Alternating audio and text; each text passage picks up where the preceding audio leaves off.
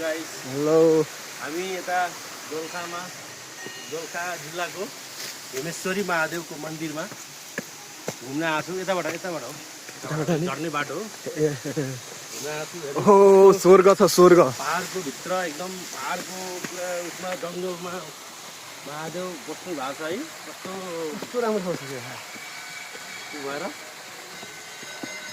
हामीले यस्तो टाइमको बेलामा फ्री टाइमको बेला घुम्न पाइयो, भगवान्को दर्शन गर्न पाइयो। त्यतिकैमा मानि खान्छौँ, त्यतिकैमा हामी खुसी छौँ। त्यतिकै हामी धेरै खुसी छौँ।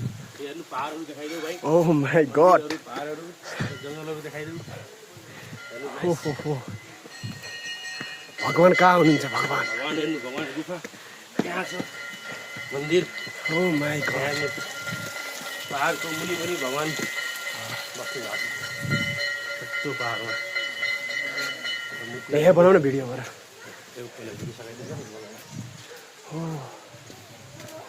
एउटा कि शङ्ख पुग्ने भन्थे यही हो क्या?